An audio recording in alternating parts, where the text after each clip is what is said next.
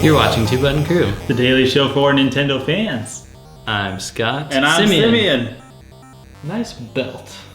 Why, thank you. It is a nice belt. My good buddy Jeremy made it for me.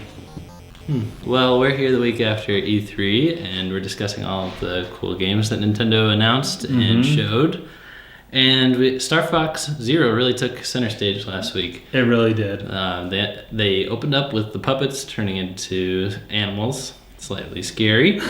And then it went into a big Star Fox info dump. Yes. And it looks pretty fun. It does.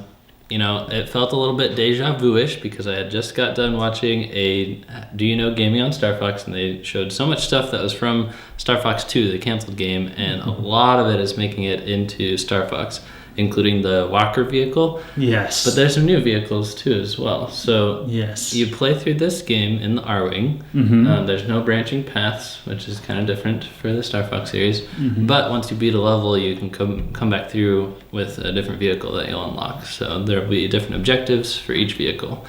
And there's the R-Wing thing, the Walker thing. The little helicopter thing. Yes, that's the gyro. And then a fourth one. The Landmaster. Right. And then the gyro thing also has a little, I think it's called the direct eye or something. It's this little... The little Rob? Yes, basically. Kind of. So, tons of new vehicle options in this game. And I think the other really big thing about this game is... I forgot.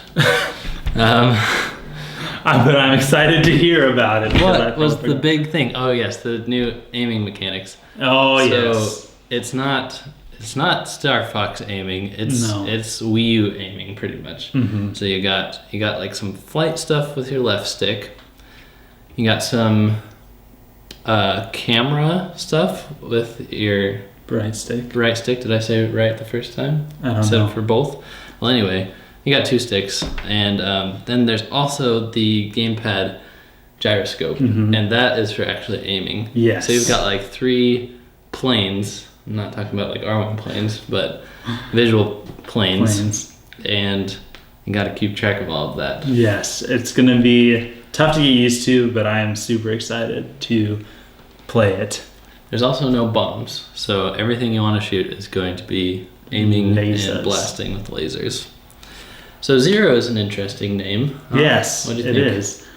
I thought it was interesting. Like when they tried to explain it, I'm like, okay, I don't really get it. But I think I do get it. He was like, it'll be Star Fox Zero because it is not a sequel, but it is not a prequel, and the Japanese character for Zero looks really cool. And I think I kind of get what they're doing, and I think it's what they did with Star Fox 64, is they're kind of remaking the same game. Like, yes, Star Fox 64 was a remake of the original Star Fox, and they're remaking it again. So I think what they're doing, like you said in a previous episode, is like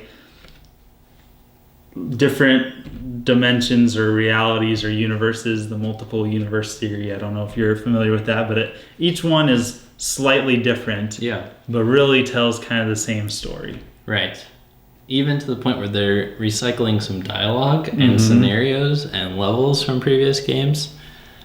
Is that lazy game design? Are they doing something cool? Or I don't know. I think I don't know. I have mixed feelings about that. I think that when you had something that was so different like Star Fox Command, which was a terrible game, I don't care if you disagree with me, it was a terrible game.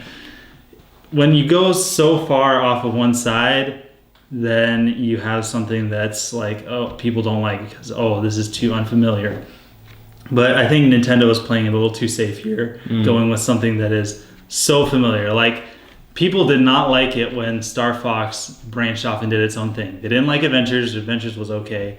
They didn't like the awesome one. What was that game? Star Fox Assault. Assault, for GameCube. Which was a fantastic game. I don't care what you say about it. It was a fantastic game. But nobody else liked it. So nobody else is allowed to have opinions? We just kind of consult you for... I have the only opinions. Got it. All right. You guys, your opinions are all wrong unless they're the same as mine. Oh boy.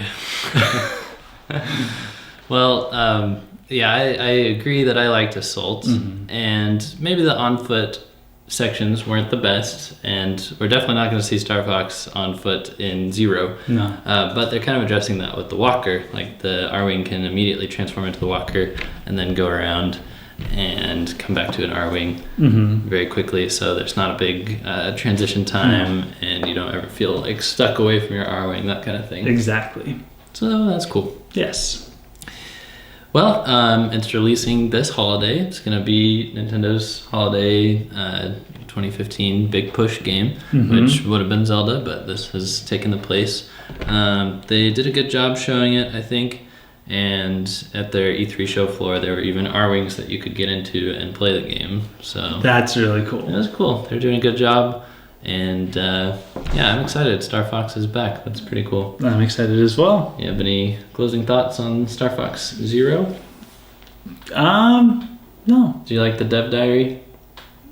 What was the dev diary? Well, it's just when Miyamoto Oh, yeah. I thought that was neat. A very nice I touch. did. There's lots of points in the press conference that seemed like they were kind of dragging on, and they definitely took their time on Star Fox Zero, but I didn't mind so much because it just seemed very thoughtful, like showing the actual archways that inspired the gameplay, showing Miyamoto paint hand sketching the characters' faces. It's cool to see a game developer as famous as him like slowing down, taking the time, and focusing on the tiny little details. And yes, it's cool to see all of Miyamoto's hobbies and skills and how they translate into the games that we play. And I think that is really cool. I think that's something that they did well.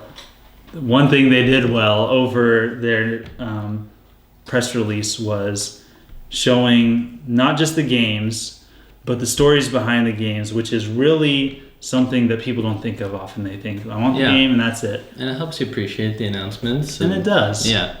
So that was one thing that was good, was seeing Miyamoto like show us like this is what inspired the game. Yeah. I want to show you like something like more than just the game, but my connection with the game, which I think is something that's really special as a game developer. Oh, and I've heard that your supporting cast is actually smarter in this game.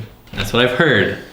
No, they couldn't have done that with Slippy. I'm sorry. Yeah. Falco might be smarter and Peppy might be smarter, but Slippy's not. I hope that he's still a lovable, dumb Slippy. We'll see.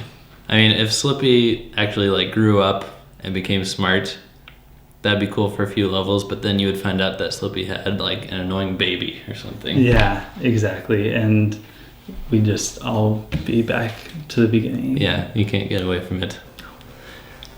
Thanks for watching, and thank you for being part of the crew. Don't forget to like, to comment, and to hit that big red subscribe button.